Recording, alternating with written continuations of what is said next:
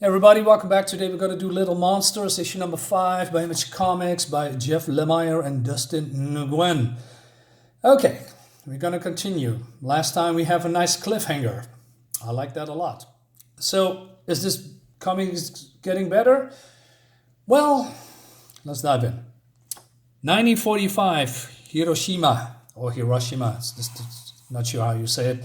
So, we again experience a traumatic event from one of these little monsters before they've been turned into a vampire, and then a vampire comes, and it seems that all these vampires, these bigger, the older ones, are not evil vampires. They are acting normal and hurt, depressive. I mean, this one, she's sad. And then she explains, of course, to her again that she is not alone and that it's going to be all right, etc. We have seen this many, many times before in 4, 3, 2, I believe 1 maybe, I forget. Do we really need to see this all over again with each and every one of these little monsters? I hope not, because I don't feel the connection at all. I mean, why do we need to show every time a character that has been an orphan, and then she's been found, or he's been found, or they are being found, because there's also twins in there in the last issue, and they're being turned, but we don't see the turning. We don't know who these people are, what they want from them, why they are so sympathetic to kids, which is a little bit weird. Why it's always kids, not adults, but kids, which is strange, because the kids cannot be ever grown up. They are staying the same age. And how old is she here? 12, 16? I don't know. Reminds me of Interview with a Vampire, with the little girl that never could grow up, and she's being so depressed that she actually wanted to kill herself, and she actually did, because she cannot, become an adult. Yeah, sucks. Anyway, so her name is Yui. Yui feels a little bit, ashamed and also afraid, and she talks about the fact that she tasted the blood of this guy and it feels really, really good, but at the same time she doesn't want to, and basically she wants to go back how things were, go back to, playing games, go back to the library, and Lucas here playing songs, and she says, I don't want this, I don't want to change. Everything changes eventually, Yui, even us. So I believe these two are the good guys, along with Romy, who is the vampire that cannot speak. He's a nice character. And so this girl here is, what's her name actually? Is this that sad? What's her name is? I'm not entirely sure. No. Anyway, so she buries her father. And she knows now that they are vampires, but she wants to contact her people because she wants to go back. And she says, are you sure that's a good idea? It's going to be a light soon. But Lucas says she's not scared of the light like us, Yui. Oh, yeah, right. So it seems that these kids are vampires for a very, very long time. Yeah, and that's sad. So she tries to contact them, but she also hears a static noise. And then she says, the others, Billy, Vicky, I think you better come with us, Laura. Okay, her name is Laura. Okay, we established that. Meanwhile, this is the cliffhanger part that I really like. So Ronnie is dead. And this guy wants to kill the other one too, but they're attacking him, the others. And they're surrounding him. And they are not really strong, which surprised me.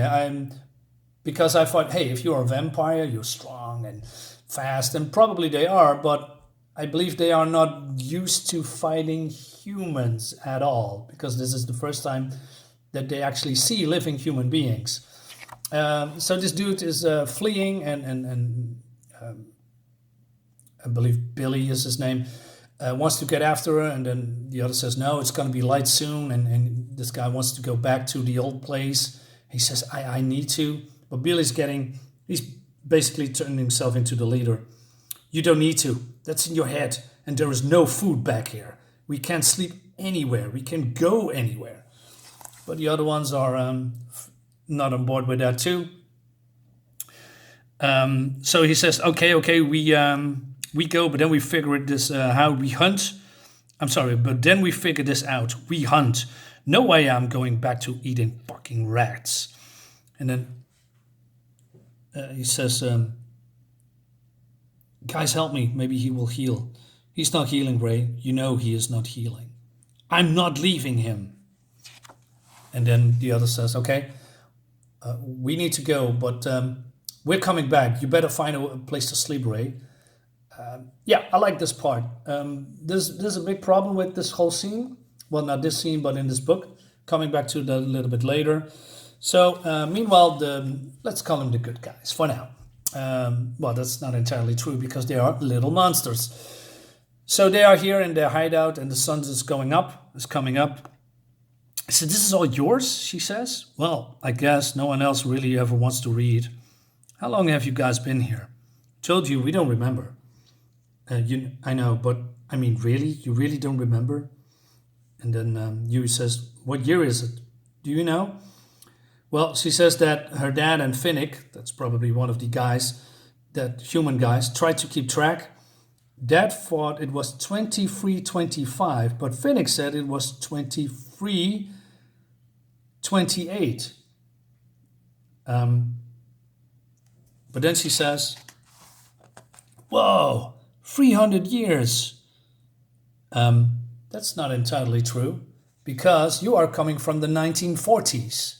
So that makes it 400 years. This is a big error because we are living now in 2022. If you put 300 years above, then it's 2322. But she is coming from before 1945 because she is like, let's say 10 years or 12 years old. And Hiroshima was in 1945. She is coming from, 1930s, something like that. So it must be 400 years old. That is a mistake. Okay. I wonder. But aren't there more? Aren't there grown-ups like you? They were, says Lucas. They brought us here. Said people didn't come here anymore. Said they'd come back for us when it was safe. We've been waiting. Wow, for 400 years.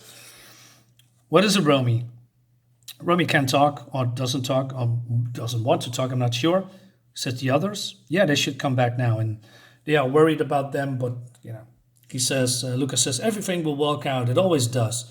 Yeah, until it doesn't anymore. Yeah, little did you know what is coming. So Ronnie is here, or is it the other one? Ronnie is dead, I believe. Okay. And the sun is coming up. Like here. I'm not a big fan of the whole surroundings. I know it's black and white with gray tones, but I'm not a fan of the whole backgrounds. It looks like more like a blob of ink. But that's probably by design. Anyway, so he needs to go, and he says, I'm sorry, Ronnie. Well, Ronnie's dead anyway. So he flees to some kind of a cave, but then when I look at this, that's what I mean. What the hell is this? I cannot recognize anything of it. It's some unrecognizable shape. In here as well, okay, there's some kind of a grotto or cave, but what is this? I don't think it's really good. Okay, I'm sorry, Ronnie, he says. Not yet you ain't, but you will be. So this guy is also here with him, the human. Rest up, kid. Cause soon as night comes, you're gonna take me back to where you all live, and I'm gonna kill every last one of you little bastards. I like that. Another cool cliffhanger. So finally, there's some progression in this comic, but still, in my opinion, there is still it's too slow, and I believe, but I could be wrong, that there is no good guys, then there are no bad guys. And for me, that's a big problem. So there's a group of monsters, these are vampires, they kill people. And there's some good vampires like, Yui here with Lucas and Romy. But then we also see the humans, right? They've done nothing wrong, but they've been killed by the other ones, right? and then this guy that has survived wants to kill them. So does that make him a bad guy? I don't think so. So there's no really distinguished, how do you say? There's no protagonist and no antagonist here, except maybe the other group of vampire people like Billy, and that puts me in a dilemma, right? Because who are we rooting for? I mean, are we rooting for the humans that are trying to survive and wants actually revenge on because, well, the vampires killed his friend and maybe his lover, I don't know, his brother, who else? And then we have the vampires who, living in seclusion, we need to feel that they are lonely and they are good people, and then they suddenly taste real blood and then they actually kill humans. I'm not entirely sure. I have only one comic here left. That's this one, and there is 8, and this is issue 6. I want to know what's going on at issue 7 and 8, but I'm not on board with this. I'm not sure I want to spend, I don't know, $4. How much is it, by the way? $4 on 2 other comics to see where this is going, because I'm not feeling this, unfortunately. I mean, I like the premise, but I don't know, there's something missing, and it's way too slow for my taste. Anyway, guys, this is my review of Little Monsters, issue number 5. Let me know what you think about it in the comments below. See you next time. Bye-bye.